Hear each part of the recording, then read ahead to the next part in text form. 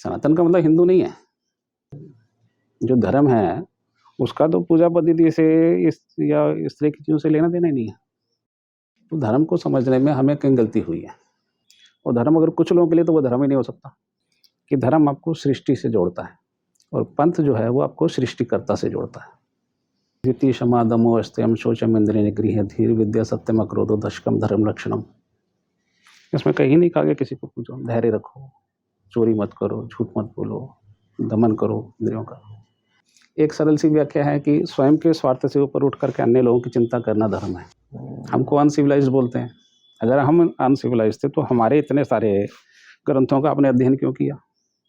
जो Max Muller हैं वो वेदों के बड़े विद्वान कहे थे, उन्होंने योजनाबद्ध तरीके से किया। पहले उन्होंने वेदों को पढ़ा ताकि वो क्रिश्चियनिटी को हमारे ऊपर लाके थोप सकें।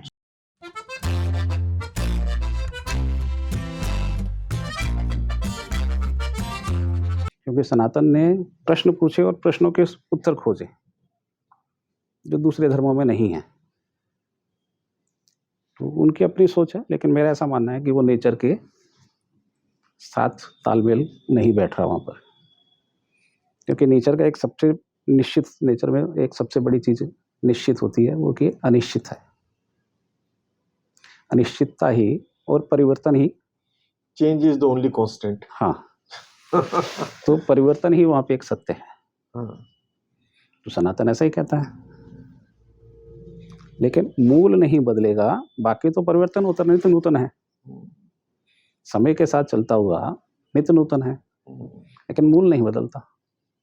एक पेड़ लगा, उसकी टहनियाँ आती रहती हैं जाती रहती हैं, पत्तियाँ आती रहती हैं जाती रहती हैं, फूल फल आते हैं जाते रहते हैं, पेड़ वहीं रहता है। तो वो सनातन हो गया। सनातन तो नेचर से कनेक्ट है। वो नहीं कहता किसी को पूजो किसी को नहीं पूजो, मानो तो भी ठीक है ना मानो तो भी ठीक है। तो स्वाभाविक रूप से गुण आते हैं उसमें। जो यहाँ पे धर्म की व्याख्या है, धृति क्षमा दमो अस्त्यम शोचम इंद्रिय निगृह धीर विद्या सत्यम अक्रोधो दशकम धर्म लक्षणम। इसमें कहीं नहीं कहा गया किसी को पूछो, धैर्य रखो, चोरी मत करो, झूठ मत बोलो, दमन करो इंद्रियों का। इस तरह की सारी बातें हैं। जो धर्म है उसका तो पूजा पद्धति से या इस तरह की चीज़ों से लेना देना ही नहीं है। मुझे जो समझ में आया धर्म का मतलब कि धर्म आपको सृष्टि से जोड़ता है और पंथ जो है वो आपको सृष्टिकर्ता से जोड़ता है। पंथ में एक गुरु होगा, एक पैगंबर होगा, एक महापुरुष होगा, उसके कुछ नियम होंगे, एक कोई पुस्तक होगी गाइडलाइंस की, और वो भीतर की यात्रा होगी आपकी जो आपको उठा करके सीधा सीधा सृष्टिकर्ता से जोड़ रही है, ईश्वर से जोड़ रही है। धर्म तो जो उसने सृष्टि बना दी है उसमें आपको कैसे आचरण करना है, कैसे व्यवहार करना है, कैसे लोगों के साथ रहना है, कैसे जीवन यापन करना है, ये बताता है। धर्म बहुत व्यापक चीज़ है। धर्म में कुछ तो धर्म तो कभी संकुचित हो ही नहीं सकता, और धर्म अगर कुछ लोगों के लिए तो वो धर्म ही नहीं हो सकता। मैं जो आगे बात कहने वाला हूँ उसको यहाँ से कनेक्ट कर रहा हूँ कि धर्म तो सबके लिए हो सकता है या तो नहीं हो सकता। पंथ हो सकता है कुछ लोगों के लिए, एक निश्चित गुरु की आज्ञा को मानने वाले उस पंथ के हो सकते हैं, किसी पैगंबर को मानने वाले उस पंथ के हो सकते हैं, लेकिन उसको धर्म नहीं कह सकते। जो नेचर की फोर्सेस हैं, सूर्य है वो कभी ऐसे चमकता है कि मैं मुसलमानों के लिए तो चमकूंगा या हिंदुओं के लिए नहीं चमकूंगा, रोशनी नहीं दूंगा। वो भेदभाव नहीं कर सकता। बादल हैं भेदभाव नहीं कर सकते, हवा है भेदभाव नहीं कर सकती। ये सब अपने धर्म का पालन कर रहे हैं। तो नेचर में जो कुछ है वो सबके लिए है। व्यक्ति उस किस स्थान पर है, उसका एक्सेस कितना है, उस हिसाब से उसको मिल जाता है।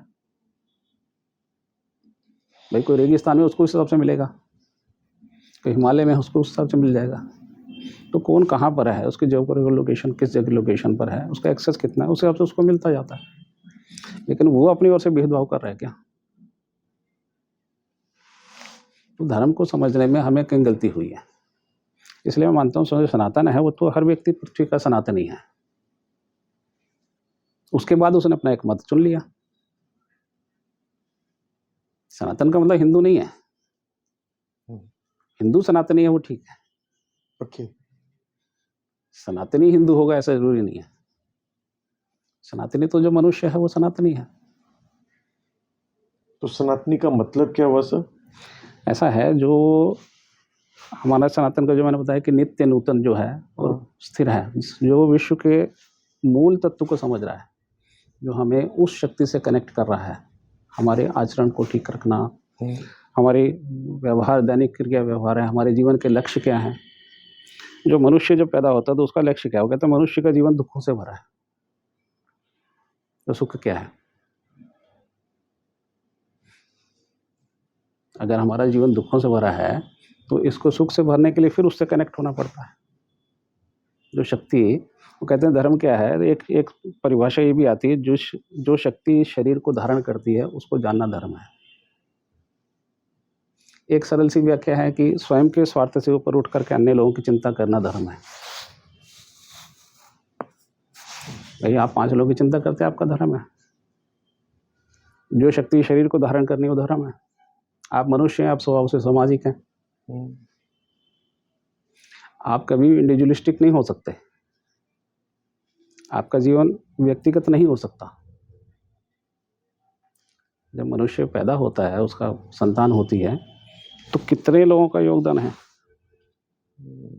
लोग इकट्ठे होते हैं, कार्यक्रम होते हैं, जब गोद भराई भी होती फिर लोग आते हैं, जब बच्चा पैदा होता है हॉस्पिटल में होता है, दाई आती है उसको बड़ा करने में, उसको पैदा करने में, पूरा एक समाज कहीं ना कहीं उसका एक रिश्ता जोड़ने में।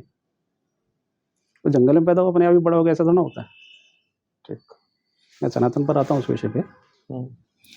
तो लोग कहते हैं भी देश ने मेरे लिए क्या किया। मैं पूछता भाई नहीं, कुछ नहीं किया, धर्म ने भी कुछ नहीं किया। जंगल में पैदा होकर बड़े हुए थे क्या? आप स्वभाव से सामाजिक हैं, आपने जो कपड़े पहने हैं हजारों हाथों से होकर आप तक पहुंचे। एक गिलास पानी आप उठाते तो आप कितनी लंबी चेन ऑफ ह्यूमन बीइंग्स लगी उसके पीछे। कुछ भी तो इंडिपेंडेंट नहीं है। आप नेचर से डायरेक्ट नहीं ले रहे, पशु पक्षी नेचर से डायरेक्ट लेते हैं। मनुष्य अकेला प्राणी है जो उगा के खाता है। इसने नेचर से दूर जाके अपनी एक अलग व्यवस्था बनाई। यही है ना? बिल्कुल। नेचर से जाके उसने एक अलग व्यवस्था बनाई अपनी, और अपनी एक दुनिया बनाई। किसी पक्षी ने, कभी किसी पेड़ ने आपसे कहा कि मैं छाया दूंगा तो पैसे दो, मैं लकड़ी दूंगा तो पैसे दो? कुछ एक्सचेंज का कोई वहां पे उसने रखा माध्यम? उसको भाव दो, उसकी केयर करो। चलो आप केयर नहीं करते, जंगल में आप जाके कौन सी केयर कर लेते हो? पहाड़ों पे जाके कौन सी केयर कर लेते हो? अमेज़न के जंगलों में जाके कौन सी केयर कर लिया आपने? इसका आज तक आप अंदर खोज ही नहीं पाए, देख ही नहीं पाए, अंदर जाके पूरा देख ही नहीं पाए। वहां तो आप नहीं हो, तो ये नेचर कर रही है ना, आपसे कुछ नहीं मांग रही, आपको सब कुछ फ्री में दे रही है बिना कुछ लिए। आप हो उसको हर चीज को बेच रहे हो। ये फेक नैरेटिव है, उस पर दुनिया चल रही है, क्रय विक्रय पे, म्यूचुअल एक्सचेंज पे। उसमें कुछ लोगों ने संसाधनों पे ज़्यादा काबू कर लिया। तो मुझे जो सनातन समझ में आया कि जो नेचर की फोर्सेस है उससे रिकनेक्ट होना। आप उसमें से निकल के आए, जैसे समुद्र में से बूंद अलग हुई, ठीक है, तो बूंद का भी अस्तित्व है, समुद्र का भी अस्तित्व है। बूंद समुद्र में मिल गई तो बूंद समुद्र हो गई। तो ये सनातन में है। बाकी सब जगह इसलिए कहता हूँ वो प्रिलिमिनरी सिस्टम है, वो एक एंट्री लेवल के सिस्टम है। तो इसलिए कहता हूँ कि वहाँ पर जो स्थिति है कि मालिक और नौकर वाली,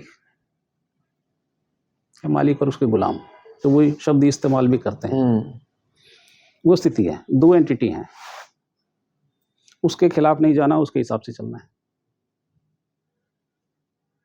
सनातन में तो आप स्वयं ब्रह्म हो सकते हैं। भाई रावण भी जो है, जिसके लिए एक पूरी रचना रची गई, मैं बीच में अपनी बातें भी थोड़ी बहुत कह लूँ। हाँ बिल्कुल सर, बिल्कुल।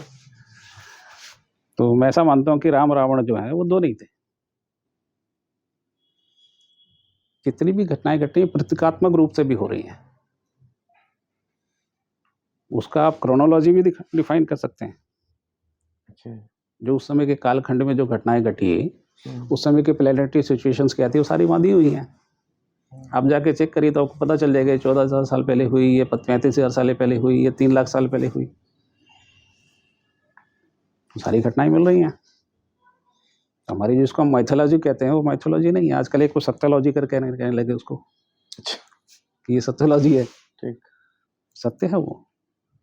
जिनको कुछ नहीं आता था, जो उसमें भेड़ बकरियां चराते थे, जो हमारे ज्ञान ऋषि मुनि बैठ के ज्ञान की चर्चा करते थे, वो हमको आज आके माइथोलॉजी बोलते हैं, हमको अनसिविलाइज्ड बोलते हैं। अगर हम अनसिविलाइज्ड थे तो हमारे इतने सारे ग्रंथों का आपने अध्ययन क्यों किया? आपने उसको क्यों जाना आके? उसको ट्रांसलेट क्यों किया? और ट्रांसलेट भी कुछ उद्देश्य से भी किए गए। अगर वेदों में एकेश्वरवाद है तो उसको बहु-ईश्वरवाद बदल दिया, इसमें बहु-ईश्वरवाद में बदल दिया। अच्छा। ये कुछ जानबूझ के किए गए कि हम अपने विचार को इनके विचार के ऊपर लाएं।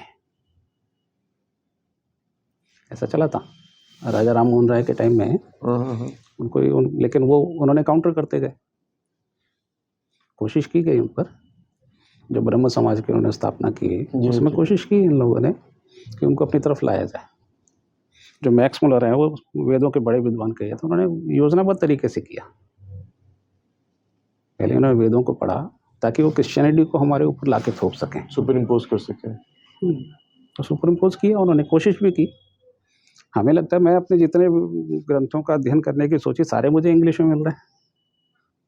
संस्कृत में या तो सहज रूप से उपलब्ध नहीं, वो फ्री ऑफ कॉस्ट मिलते हैं। जाके नेट से डाउनलोड कर लीजिए। मैंने लगभग 10,000 पुस्तकें डाउनलोड की। 10,000? हाँ, उसको पढ़ने में समय लगेगा क्योंकि रेयरेस्ट बुक्स हैं वो, तो सामान्य बुक्स नहीं है। ठीक। वो प्लेनेट की सबसे अद्भुत नॉलेज वाली बुक्स हैं। लेकिन 10,000 के बगैर लगता कुछ नहीं आता। मैंने पहले भी पढ़ी होंगी काफ़ी, लगभग इतनी पढ़ ली होंगी। उसके बावजूद मुझे हमेशा लगा कि कुछ नहीं आता। तो ये जो सनातन है, उसमें बड़ा सिंपल सा अगर उसको व्याख्या करें कि जो नेचर की फोर्सेस हैं, नेचुरल फोर्सेस है, उससे रिकनेक्ट होना। ठीक। और जो उनको कंट्रोलर गाइड कर रहा है, उससे कनेक्ट होना। ठीक। Supreme cosmic energy.